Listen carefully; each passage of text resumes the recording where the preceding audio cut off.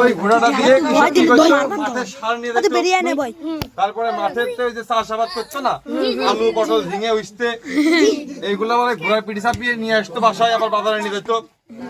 হঠাৎ করে একদিন সেই ঘোড়াটা হারিয়ে গেল। হারাই গেলে এবার তার যারা পরিবারের সদস্য আছে, কৃষকের যিনি বউ আছে, বাচ্চারা আছে, তারা সবাই আর কি খুব ভেঙে পড়লো, মন খারাপ যে আমাদের একটাই ঘোড়া ছিল, যে ঘোড়া দিয়ে আমরা আমাদের কৃষিকাজ করাতাম, ঘোড়াটা হারিয়ে গেল। তাহলে তো আসলে মন খারাপের বিষয়। কিন্তু কৃষক সবাই বুঝাচ্ছে তোমরা মন খারাপ করে না, নিশ্চয়ই আল্লাহ দেখে করেছে, ভালোর জন্য করেছে। এরপর হঠাৎ একদিন ওই ঘোড়াটা ফেরত আসলো, আর তার পিছন পিছন ওই ঘোড়া দেখা দেখি আরো 3টে বন্য ঘোড়া পাশ চলে আসলো।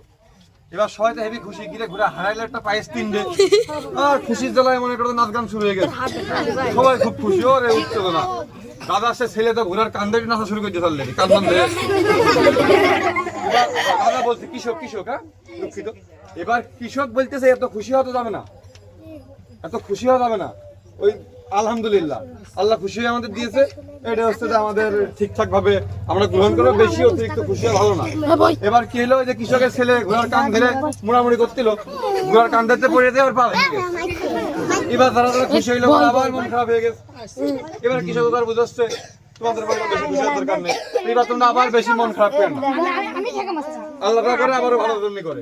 এবার সবাই তার বুঝাচ্ছে তোমার ছেলের ঘোড়ার পিঠিতে করে পা ভেঙে গেছে বাপু, তোমার ছেলের এই পা তো হাড় তো যতই ঠিক হোক আগের মতো আর হবে না, তাহলে আল্লাহ কি করে ভালো করলো।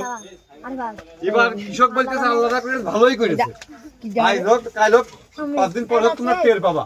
এরপর হঠাৎ করে একদিন ওই যে কৃষকরা যেই রাজ্যে ছিল, ওই রাজ্যের রাজা সৈনিকরা গ্রামের মধ্যে চলে গেছে। এসে যারা যারা যে আমরা সুস্থ, আমাদের গায়ে জোর আছে, হাত পা সব ভালো, টাকা নিয়ে যাচ্ছে, টাকা নিয়ে দিয়ে ওই যুদ্ধ করা যুদ্ধ করতে নিয়ে যাবে।